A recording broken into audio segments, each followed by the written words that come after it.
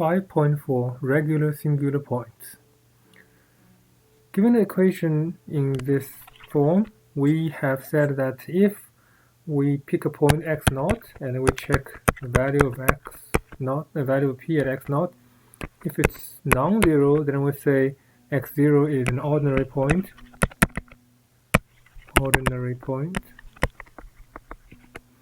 But if it's 0, then the second order equation will become a first order equation at that point. So that's called singular because something singular happens.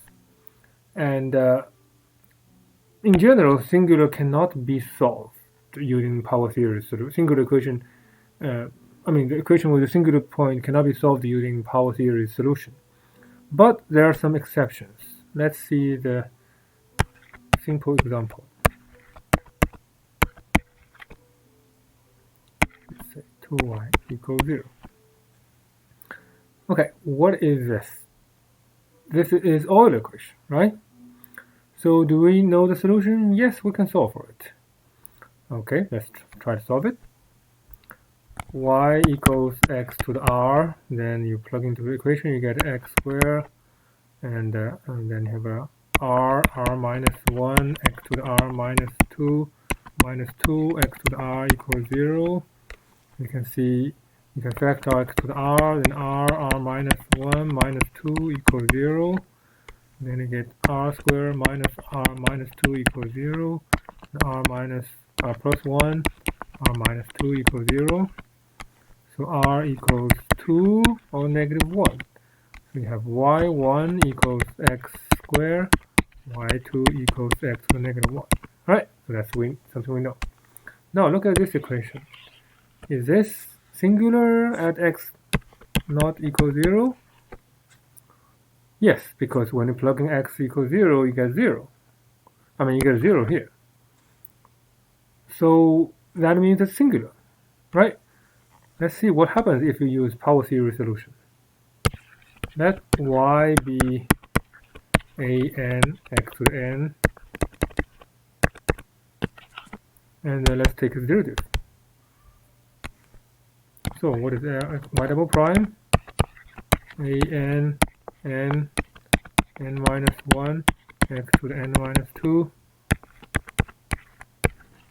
I don't need to shift because of that. See? So let's do this.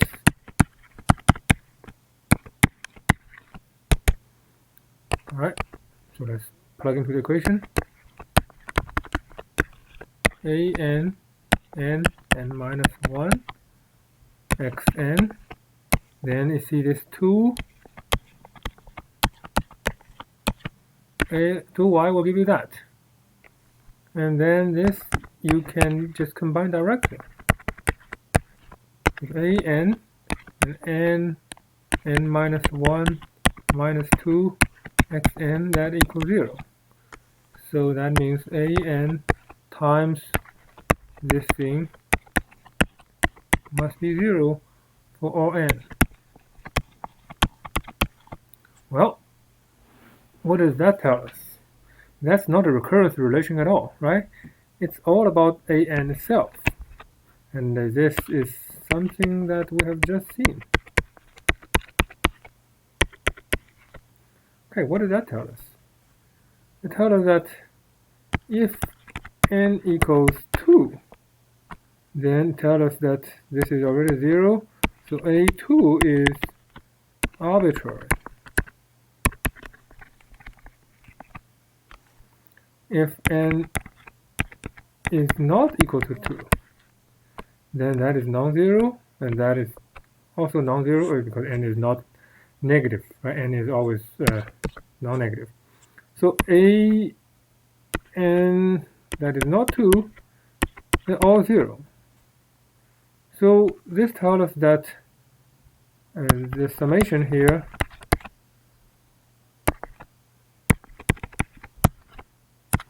so-called y is nothing but a2. Everything else is gone. So that's what we get. Well, is this correct? Look at our solution. x squared and x to the negative 1. So this x squared is actually correct because this is your constant. This is like a c1 times y1, right? But the problem is that c2 y2 is gone because you only have this c1 here. And why is that? Well, the reason is actually pretty simple. What is y2? y2 is this, right? Is that a power series? This one? I mean this x to the negative 1? It's not a power series. And you can see why, because if you plug in x equals 0, this is already infinity, right? Then how can it be a power series? So that's why we can catch one solution but not the other. And this time we're lucky because x squared happened to be a simple power series, just one term. But what if the other term, let's say if we have this, right? Suppose your Euler equation gives you these solutions, then we'll miss both of them because neither is power series, right? So you can see we will miss the solution. And is there any way to save it? Well, we can use the fact that we know how to solve Euler equation. Okay, so let me put it formally. Suppose we have an Euler equation. And x squared here, x here. Then of course we know how to solve it, right? And now let me write down this in this way, which is equivalent. All right, now let's see our equation.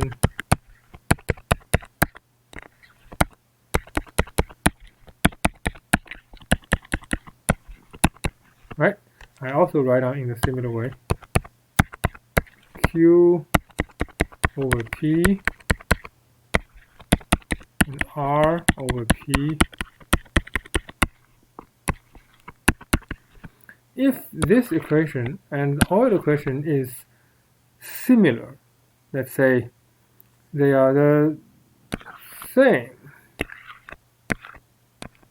and these are the same, or let me write down in this way, Q over P equals A times A over X, so I can say that equals A, and R over P equals B over R x squared, R over P, like that, then this becomes Euler equation, right? But that's in general impossible because this is a function. The left side are functions. So we can only expect them to be the same at the limit point. In this case, is 0 because our power series is chosen to be at 0.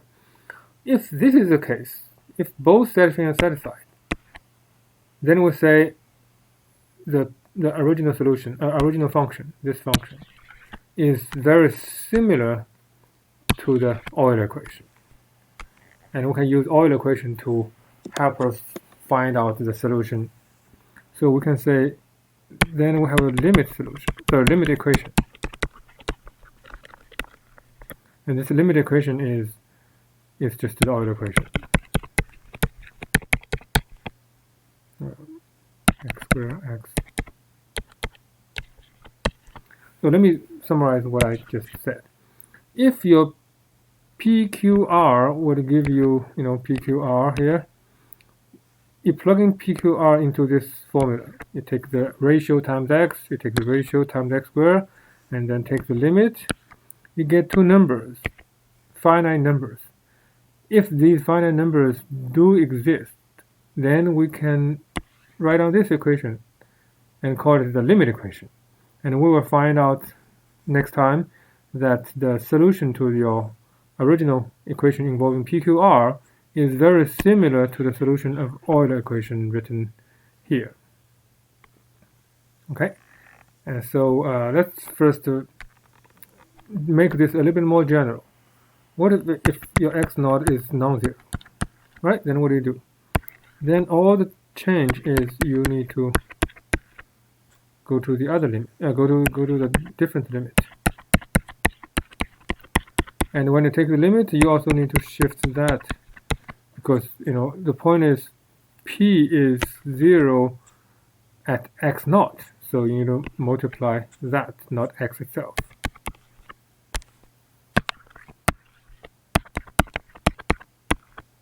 And this is r, and you have to square the x minus x naught. So if, okay, that's in a big if these two limits exist, then we call x naught a regular singular point.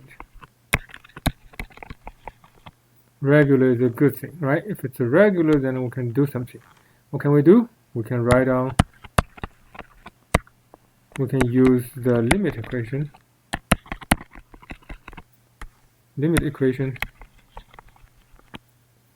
Y double prime, oh, this is, sorry, should be shifted. A, B, you can use the limit equation to solve the original equation, the original differential equation. Okay, and we will see how next time. On the other hand, if A and B doesn't exist, if one of them, okay, or both of them, if one of them or both of them doesn't exist, then x naught is an irregular singular point. So now we can identify a point as either ordinary or singular. And if it's singular, we say if it's irregular or regular. If it's not regular, then it's irregular. If it's ordinary, we can use power series.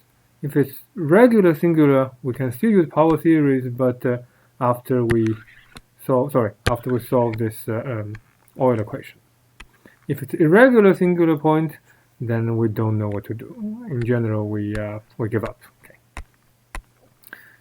All right, now let's see some examples.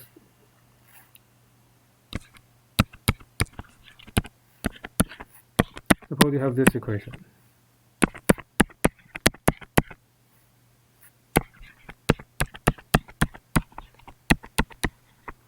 Okay, is this equation regular? Let's find out the singular points.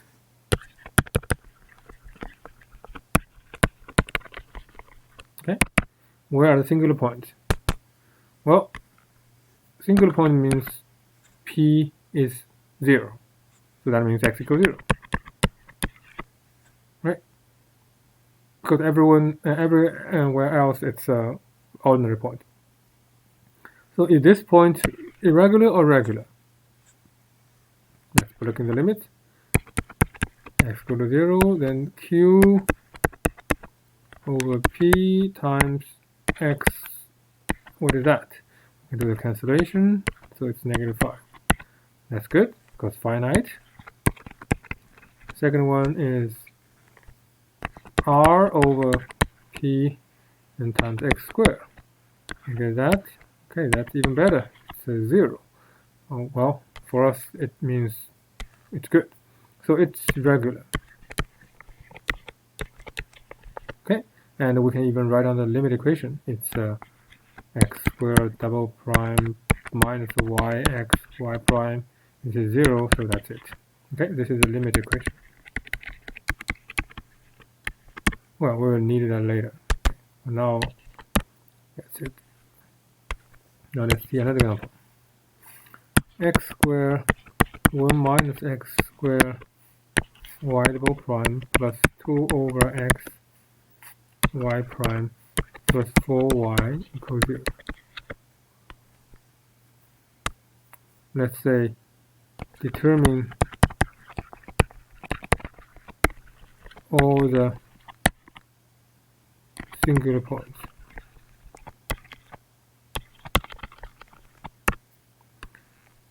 Alright, when you look at this equation, you notice there's a fraction there. So before you determine the 0 of p, you should multiply by x to get rid of the fraction. Because otherwise, even if p is not 0, q might be infinity. And relatively speaking, we can say it's equivalent to p equals 0. So we have to change it. So there is no singular point in other functions. No infinity point in other functions. Right, so you change to this form.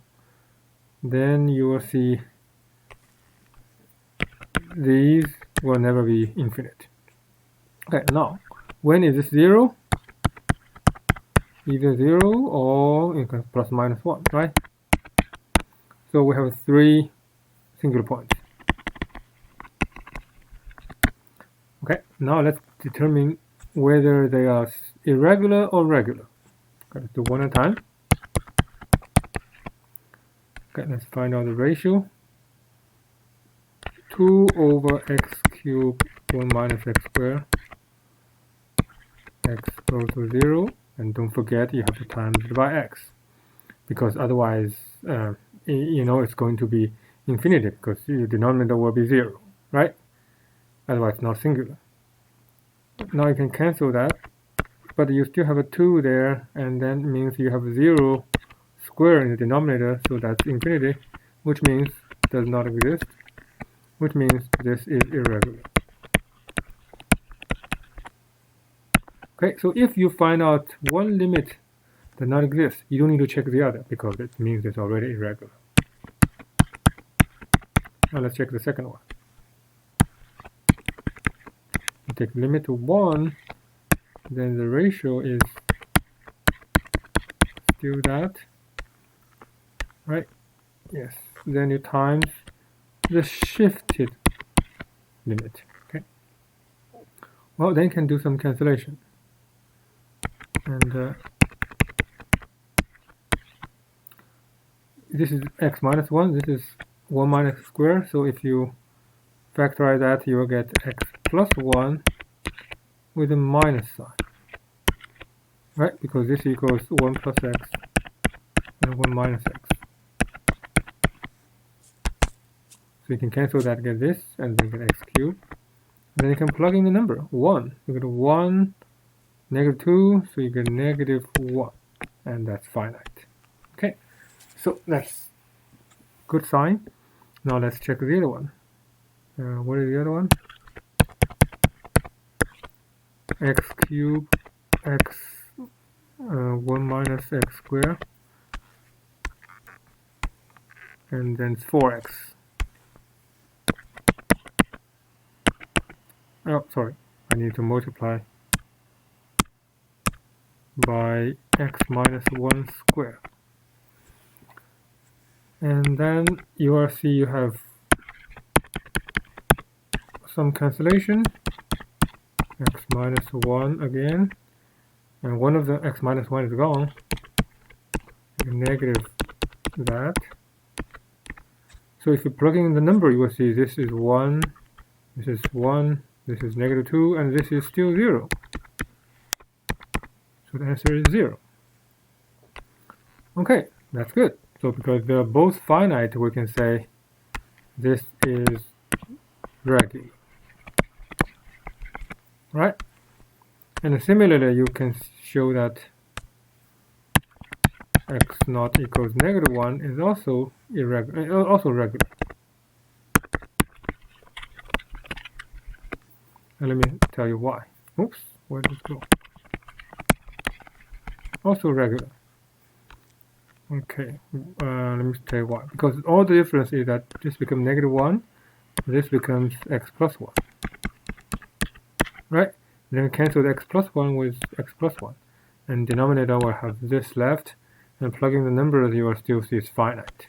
And same thing here, this becomes x plus 1, x minus 1, etc. It's still 0. Okay, so this is regular. So we have two regular points and one irregular points. And let's see a kind of a fancy example. Oops, sorry. Okay, this one is very special because the p of x is not a polynomial, it's sine of x. And that will give you a lot of singular points, actually infinitely many. Why? Because p of x equals 0 when x equals n pi, right? N is integer. Well, this is a sign for integer, okay. All of the integers, including 0 and 1 and negative 1. So, and maybe 0 is a special one because when x equals 0, that's also 0, right? When x is non-zero, this is non-zero. So let's take a look at the special point 0. Is that a regular or irregular singular point? Okay, let's take the limit. X goes to 0, then you get x over sine x, like that, right? Then you have times x. Then let's take the limit. Well, if you know something about the power series, then you should recognize this. When x takes the limit, it's going to 1. So 1 times 0 is still 0. So that's finite. Okay. And how about x goes to 0, then you have 4 over sine x times x squared. Well, then that's also 0 because you have 4x over sine x times x. Right? This is go to 1, so this also go to 0. So they're both 0, so it's regular.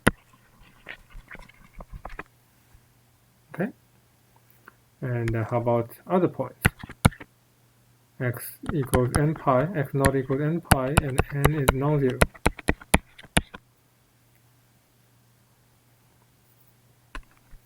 Then you have x go to n pi. This is x go to sine x and x minus n pi. Well, then this is non-zero. That is 0, that is 0. So we have to use L'Hopital's rule, right? You can just replace this x by n pi with a constant. It's not a constant, it's when you take the limit, it becomes a number. So then becomes 0 over 0. So you get L'Hopital's rule, 1, and this is cosine x. But what is cosine n pi? It's 1 or negative 1. So it's either 1 or negative 1, but in either case, it's finite. Right, so that's good. And the other one is 4 over sine nx, so no nx, sine x, then x minus n pi, you can square it. Okay, and that is going to be 0. Let me tell you why. Because this is, we can apply the L'Hopital's rule. This is 0, this is also 0, right? So the L'Hopital's rule tells you this is times 2 times x minus n pi. And this is cosine x. And when you plug in the limits, this is plus minus 1, and that is 0. So that's 0. So all of the points are regular. Alright, so we have seen enough examples. Now we know how to find out all the singular points and check if they are regular or irregular. So that's it for today. Bye.